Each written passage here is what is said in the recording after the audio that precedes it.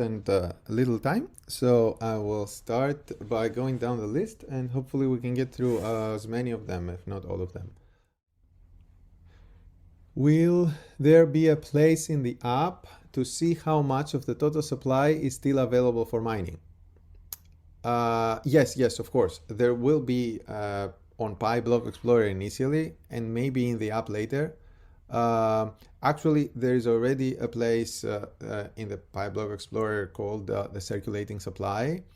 And from that, you can deduct everything else based on the updated white paper. Will the locked up Pi be included in the circulating supply or not? Yes, based on our research so far, it seems that all other in other blockchains, any locked up balance is included in the circulating supply. Will the lockups have a countdown timer that pioneers can refer to in order to see how much time the lockup will be in effect for?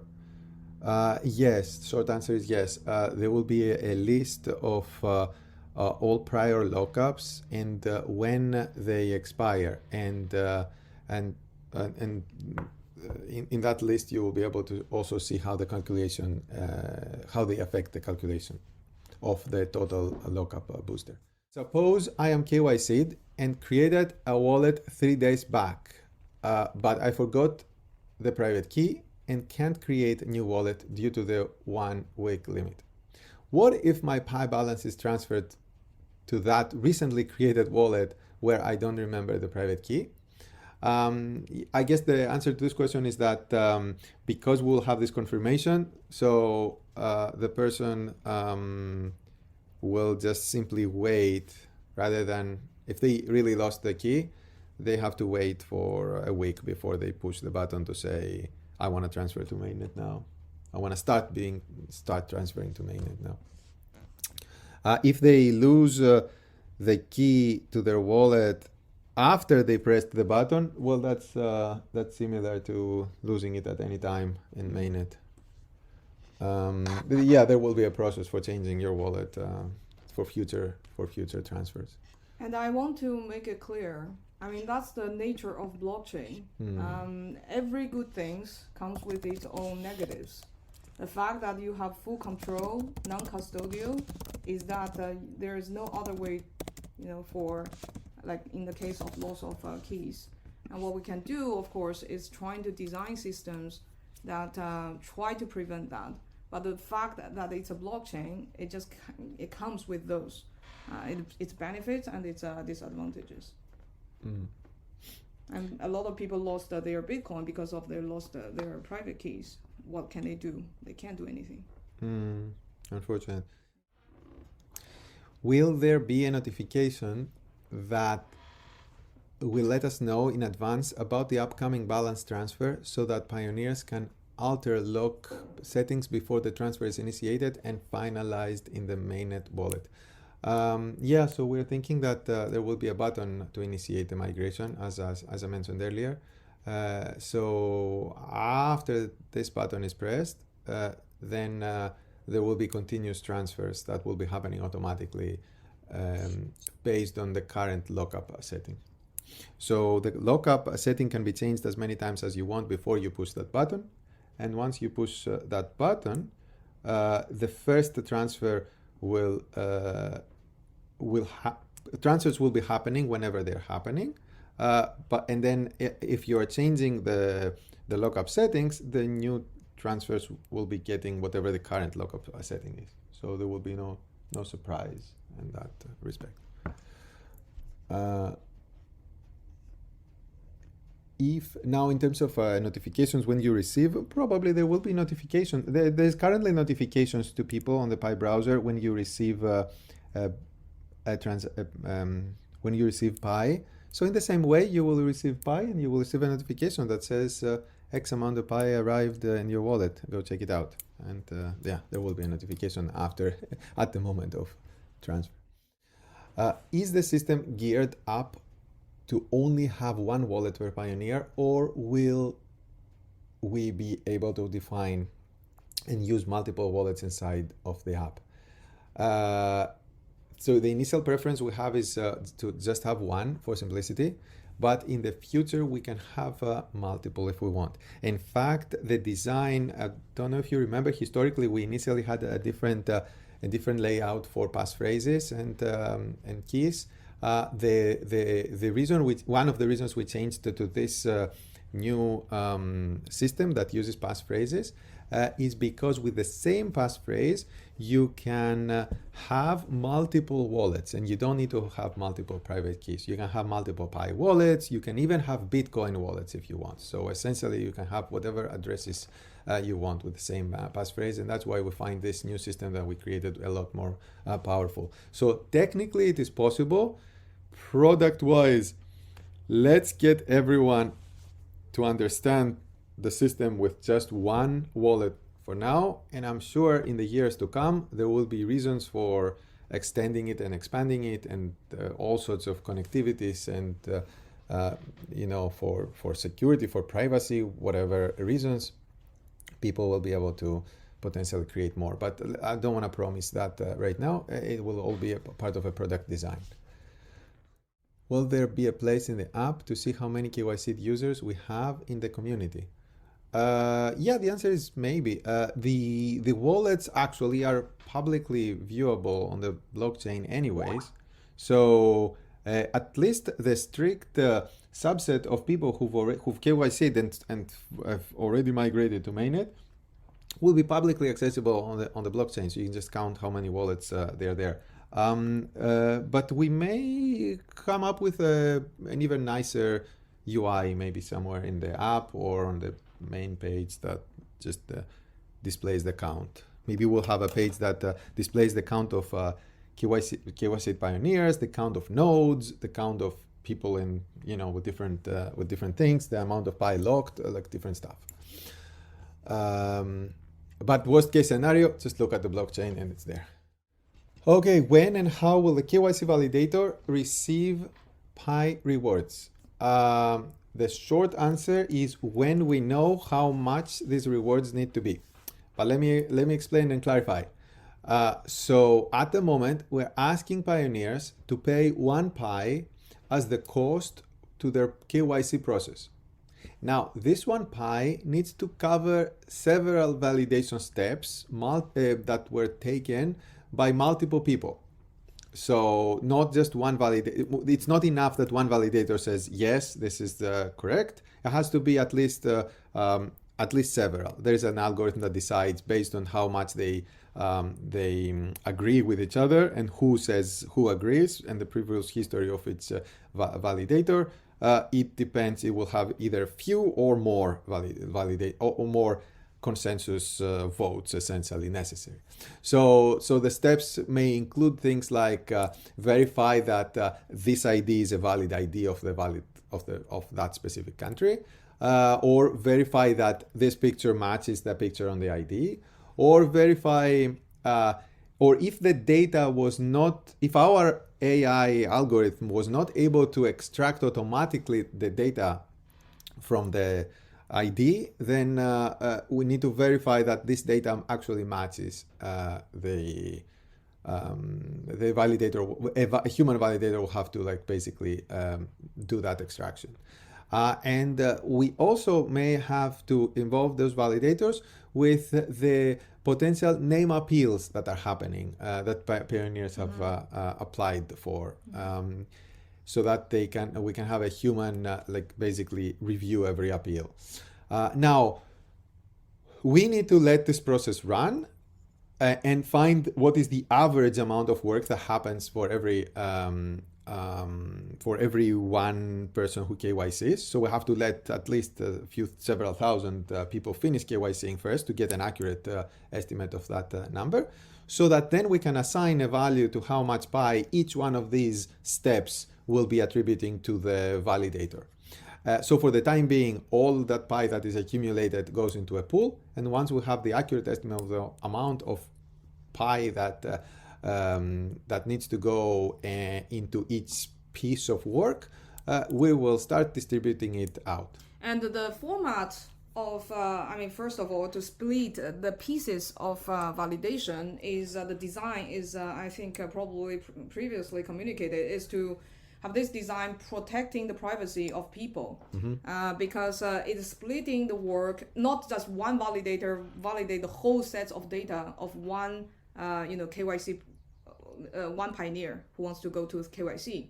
The splitting into pieces limited the exposure to a specific validator, the subset of one pioneer's information. For example, the person who is validating image inside the document versus the selfie will only see an image, will not see even the framework or the document looks. But for people who are seeing the document looks, we are trying to cover all the private information and also the image, so that the different validators are exposed to only subset of one pioneer's information to some extent protect the privacy of the pioneer. In addition to that, why do we have a pool and then distribute? Why can't we design like, oh, my pie just goes to the people who validate mine? The reason is because all KYC, all pioneers going through KYC that require work from the validators, not necessarily being successfully pass the KYC. Means that if they don't pass the KYC, they will never have the pie in the first place to pay for the validation work done by the crowd workers. However, the work done by the validators will actually, even on the people who fail the KYC, that is still work done and still worth compensating. So in that case, that's why the pool will be contributed by anyone who successfully passed KYC, being able to have the pie they actually they have, and then being able to pay for the service. And then this pool is distributing to work by all validators on whether or not the KYC case goes through or not, because this work is the same. Whether the result of the specific pioneer's KYC shouldn't affect whether the validator's work should be compensated or not. So that's why this is the design of the pool, the fundamental reason. There is some people saying that there is some technical difficulty some countries or pioneers are having, and so I'm just sending a quick message to ask them to organize it along with the rest of the core team, organize it in a good place so that we can improve any technical difficulties people are having and fix. What's the next question? When will the KYC validators be selected? Is there a date when this will start? What will the requirements for validators? How long will the training last? Who will be responsible for this? The KYC are built in automatic evaluation and testing and training system for the crowd workers or validators. This is a typical crowdsourcing, crowd working application and design in computer science. Okay, it will first have a simple tutorial at the beginning and later testing periods for testing validations. All testing validations done by not verified type of validators will not be counted in the KYC results. On the high level, their validation result will be cross-validated by other validators who have already earned the trustworthy status. Mods will be invited to be the validators first to seed the trustworthiness of validators. Mega mods will be assigned to trustworthy status first. So, and then as mods validation results in the training period comes and matches mega mods results based on the algorithm, they will also earn the trustworthy validator status. But we don't count the whatever work result of the training period of the validators. What is preventing the deployment of weekly pilot tests? So I don't even know what the pilot test means. the 50 pioneers per country that we do sometimes, I think they're referring to. Is it referred to KYC? It didn't even say what pilot it is. Yeah, it's in the category of KYC over here. So it's Okay. probably a follow-up question by someone. Yeah, I mean, of course, the test or the batches will be even faster or more frequent and even larger as we as more iterations already occur. Yeah. Next one, has it been announced to pioneers already whether the KYC human validator will be rewarded for their work? In other words, can we talk about it in the chats? Is it known how this will be done yet? Yes, Yes. I basically we just explained. Yeah. Yes, validators will be paid eventually, but and also the mechanism, it takes some time to understand how much each piece of subset of the piece of the work is actually going to be rewarded, and excluding also the contribution of failed KYC will be covered by the design of the pool. Will minors who do not meet the AIDS criteria will be able to KYC once they do? Once they do means they reach the But age. yeah, when they are old enough. Yeah, of course. I mean, if they are old enough, they already Yeah. qualifies. Yeah, But yeah. even for minors, as we communicated before, we once the mass KYC is ongoing, we will hope to design the parent consent that is required for minor KYC.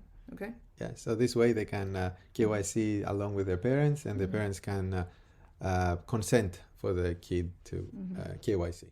When the node bonus calculation may be available to moderators for preview, the node bonus moderator calculator. As soon as possible, it's kind of a concurrent process, but as you know, our main focus now is to start moving people to mainnet. So we will not be, if this is not out yet, then we will not hold moving people to mainnet just because this aspect of the equation is not there yet. Besides, not being there yet it's affecting everyone equally at the moment, and so we can start transferring people, and then when this is done well, then it will come in all shortly. We're working on all of these things. Okay. FFF is still planned for this year. Yay, FFF, yes. Triple F. First Friday of February, Moderator Appreciation Day. FFF. Thanks. It's also like chatter happening while this. We have only a few minutes left, so let's speed up the answering of the few final questions. Okay. When can we expect the first few barter shopping dApps to be live on Pi Network? During the enclosed period, we want to start migrating both people and Pi applications to mainnet. So yes, during this time, it depends on how fast they will migrate, but yes. Will there be a list of core team approved marketplaces for pioneers to reference? We will support the high level ideas that will support any marketplace that would prove that they are dedicated, they're actually working on it and actively, and they provide reliable, scalable service. So yes. Will there be a mechanism for pioneers to report marketplace scams? Okay, so there's two things here. Yes, there will be a mechanism for people to report applications that are scams. Like, for example, a marketplace pretends to be a marketplace, but it's running a scam behind it. So people will report it, and then fake marketplaces will be removed from the Pi browser. At least we can control that on the Pi browser. We can control what they do on the internet.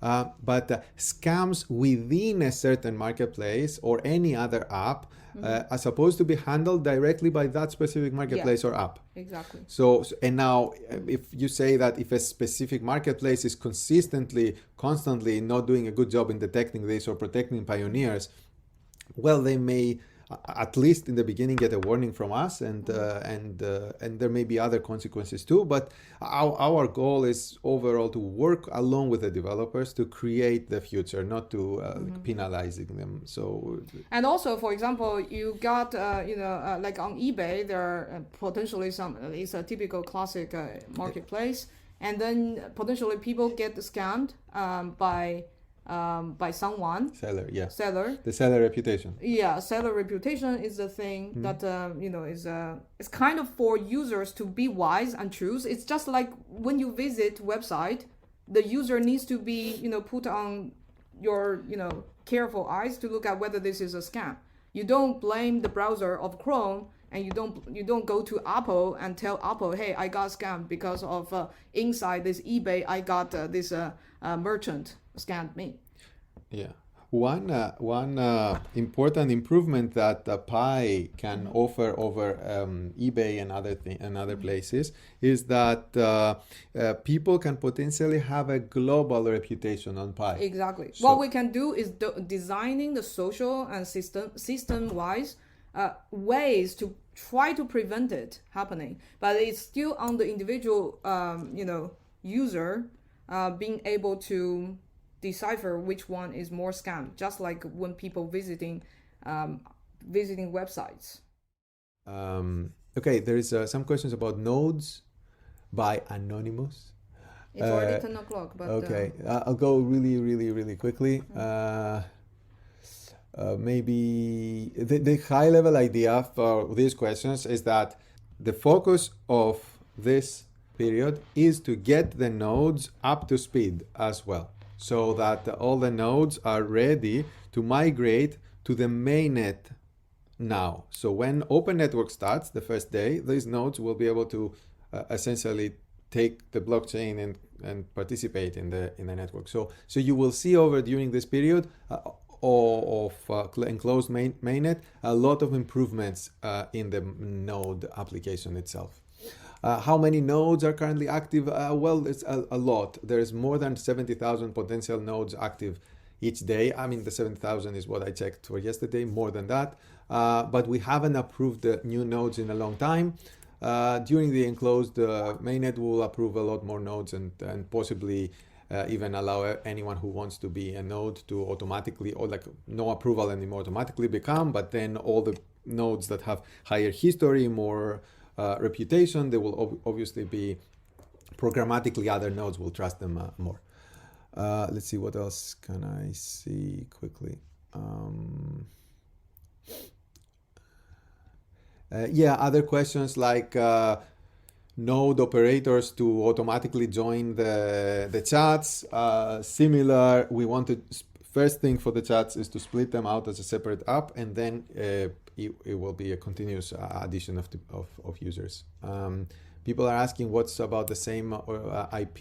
If they are sharing the same IP, they can do it, but currently only one of them can be supernode. No other downsides. Okay. Great. All right. Well, very nice having this meeting with you guys. Thanks, everyone. Thank you so much for your hard work supporting the community and helping the core team.